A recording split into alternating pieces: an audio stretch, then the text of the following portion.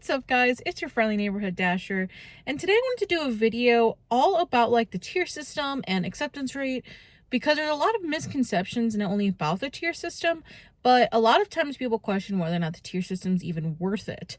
And as a matter of fact, I have even been questioning that. I'm a platinum status Dasher. I've been doing DoorDash for 2 years, over 6,000 deliveries, and going into 2026, I really want to optimize making money, and obviously, the tier system is supposed to help with that, but it seems like recently it hasn't. As a matter of fact, it seems like it's been getting worse and hasn't even really been helping me. I actually make more money now with Spark than I do with DoorDash, when it used to be the other way around. And now I just still question whether or not it's even worth doing DoorDash as a whole, not even just a tier system. Overall, I want to break down this video into multiple different parts. But the first one I want to get into is, first off, what is the tier system? Because a lot of people don't know all of the tiers.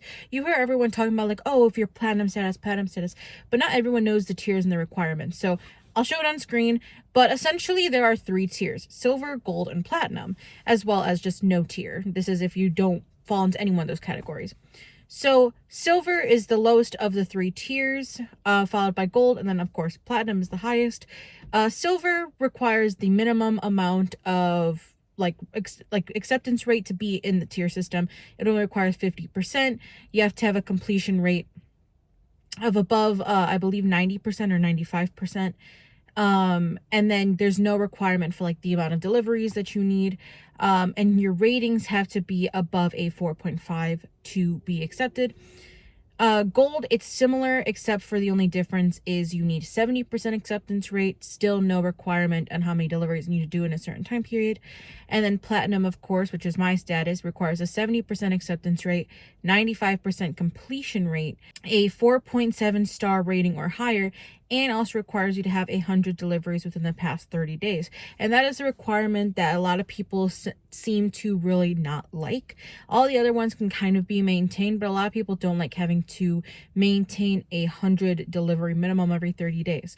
That basically requires you to do about 25 deliveries a week in order to maintain it, if not exceeding it. And a lot of people who are doing it part-time just don't get 25 deliveries. I mean, as it stands right now, even though I'm platinum status, I've only been able to barely meet the 25 deliveries just because I'm spending so much more time on Spark than DoorDash.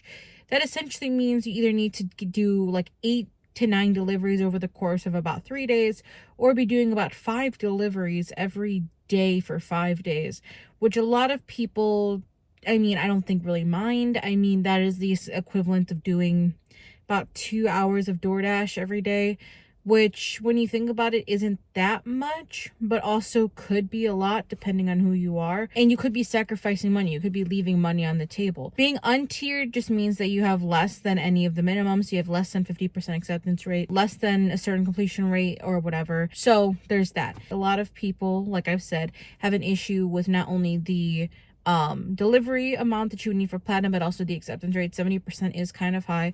That is basically meaning that you can only decline 30 out of every 100 orders in order to be within the program. But one thing I want to address is a lot of people think that being platinum status means you're taking upside down orders or taking shitty orders all the time. Occasionally you will have to take an order that might not be the best, but it's not every single order. There are plenty of orders that I take.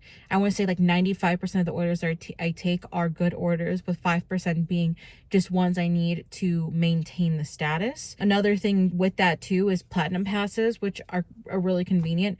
If you are just getting a run of bad orders with no good ones, you could fall below platinum status and use a platinum pass for a week.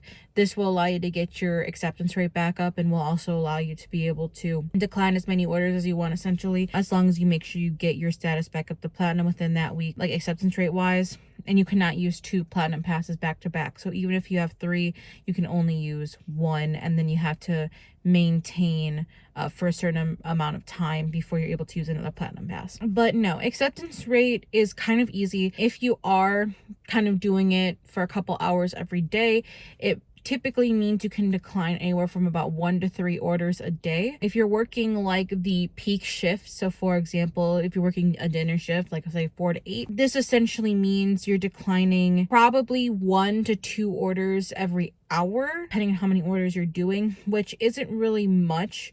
But at the same time, depending on how many orders you're able to get done, or if you're on earn by time. Another thing is too, with the whole entire acceptance rate is completion rate. I made a whole video about like things I wish I knew as a new dasher.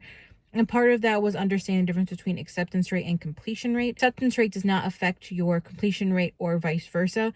If you decline 1 million orders, that does not mean that your completion rate is going to be affected. It's only affected if you accept an order and then unassign from it without worry-free unassign. Worry-free unassign, which I'll get into in this video, is essentially after you wait 10 minutes, you will have this prompt that appears when you click on like order has long wait time, where it'll essentially allow you to unassign without affecting your completion rate. I would always recommend doing that. If you do end up taking an order that you really don't want, you could technically wait that 10 minutes and unassign from it. I don't recommend it. I'm a firm believer of if you take it, you own it, and you should just complete the order even if it's not that good and you accepted it. And that's something that a lot of new drivers don't understand, is that you should be fulfilling the orders unless there's something that obviously you can't, like if the order has already been picked up, or if there's like you can't find the store, there's construction, or the order is going to take like 30-40 minutes to make. And there's of course extenuating circumstances, but in most circumstances, if you take it, you own it. So let me get into the whole entire tier system and why people kind of hate it too. Some markets have a point system, and this point system is basically taking all your metrics and assigning a point value to them based on the percentage, and then coming out with what status you are. This typically means that you could have a low acceptance rate as long as all of your other metrics are high, or you can have a high acceptance rate and a low, like, you know, on time rate or whatever. And that's another thing, is on time rate. On time rate, when maintaining, now that it's come out in some markets even without the point system, it's a little bit difficult. There's some people saying that they've gotten contract violations or deactivated for being anything under about 85% on time rate, but there's not like, as far as I've seen, there's not like a definitive like, oh, don't fall below this or you're going to get deactivated yet, because it's still so new. But with on time rate too, is making sure that once you pick up an order, you just literally, when you get there, report that the store has a long wait time in any capacity. If there is a problem where it will, you know, ding against you, you can always try to get it excluded from the ratings. You can always contact support, see if they can exclude it from the ratings for you. I wouldn't recommend doing that often. If you know you're going to be late, you know, like if it's your fault that you're late, kind of just take it on the chin and move on. But if it's like the store's late, then, you know, do that. Platinum status, as much as people want to be like, oh yeah, you know, here's all the benefits of platinum, which I will get to. Realistically speaking, if you work below a certain number of hours, which I would say is probably below about 20 hours a week, 15 to 20 hours a week, platinum status might not be for you. It is not worth maintaining a high acceptance rate, a high, you know, rating, completion rate, a extremely high or a certain amount of deliveries if you're only doing it for, let's say, 10 hours a week. You would just have a better job of just scheduling out, you know, like maybe getting into silver or gold and just scheduling out early as opposed to maintaining platinum. And on top of that, everyone is like, oh, well, platinum is like this, you know, amazing thing. You can dash now. And while that is true, you can dash now. And honestly, it is a good feature. Most people are going out during times that are busy times anyway, going out during the lunch rush or the dinner rush, where it'll most likely either be available or where you're going to be able to schedule out to that time. And if you do, like, let's say gold status, you can schedule up to 5 days in advance.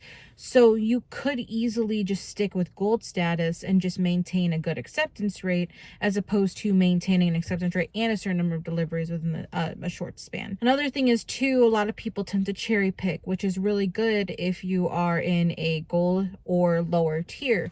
You can't really cherry pick on platinum, at least not to the extent that you normally would.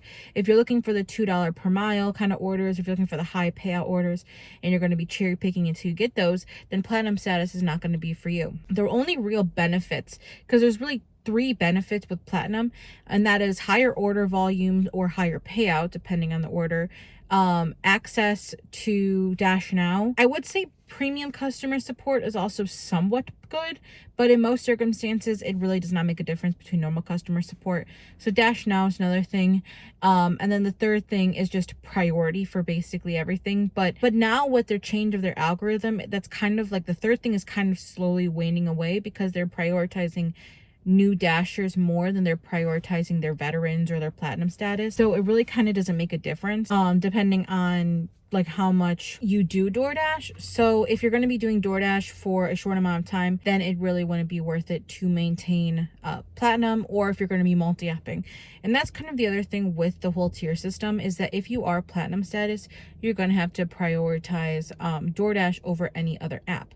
For me, since I use Spark a lot and Spark is like my main money maker, maintaining platinum is going to be kind of hard because I had to make sure that I'm maintaining that acceptance rate. And unless I'm going to be over here, you know, not doing high quality Spark orders or not doing high value Spark orders in place of DoorDash, not really worth it. Back when I was before Spark, when I was just doing DoorDash as my primary app, I'd be able to make about $150 a day just doing DoorDash. But that's just not able to meet my bills. So Spark is a lot better for me in that regard. And it is one of those things where even now I'm still debating on whether or not being platinum is worth it. Platinum is great if you are planning on just doing DoorDash primarily. If your market does well with only DoorDash, or you don't have access to something like Amazon Flex, Instacart, or Spark, or you just don't want a multi-app, DoorDash is a really solid option. It is the main moneymaker in the food gig workspace, and also it's starting to branch more into also the shopping space as well, but it is really good for food delivery. So if you are planning on doing any kind of just food delivery, DoorDash is great. Some markets Uber takes priority than DoorDash, but it's kind of up to you with whatever one you want to do. And overall, I think that it really kind of depends on you and your market whether or not the tier system is worth it. Like I said, the only real benefits that you get were listed before. With silver and gold, you do also get some benefits. The main benefit being you can schedule out sooner. With an unstatused, you know, or like untiered account, usually you can only branch, I believe it's like 1 or 2 days before. So you really don't get that good of a block to dash in if you're looking to dash in a specific time. But if you can literally get silver or gold and you work a limited amount of time, it's worth it to be in a lower tier than it is to just try to push for platinum, even though everyone will say push for platinum. But anyway, guys, I think that episode here, if you liked it, make sure you give it a like and subscribe for more DoorDash content, and I will see you in the next one.